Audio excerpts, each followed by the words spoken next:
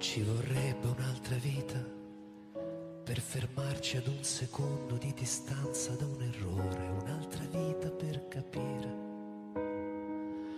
qual è il modo per difenderti e tenerti più lontana dalle tue grandi paure. Ti eviterei certe salite suggerendoti pianura,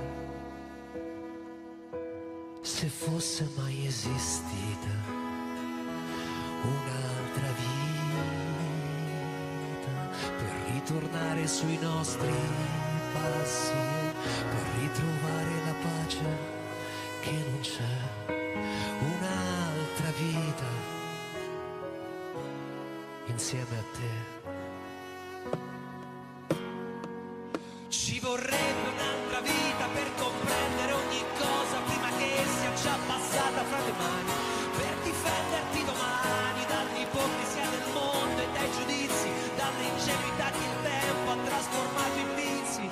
Ci vorrebbe un'altra vita per amarti nuovamente, liberarci del passato e non sbagliare niente, per avere le certezze che non ho.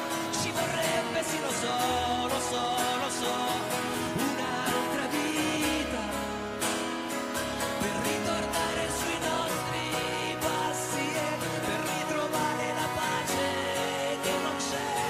Ci vorrebbe, sì lo so, lo so, lo so, un'altra vita per migliorare,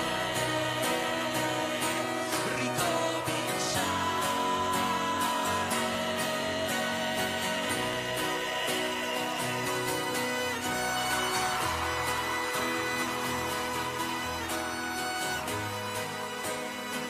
E mentre i sogni passano e le opinioni cambiano, restiamo ancora qui fermi al sicuro che poi domani magari davvero arriverà un'altra vita per migliorare, ricominciare, un'altra vita. Però dov'è un'altra vita? Insieme a te.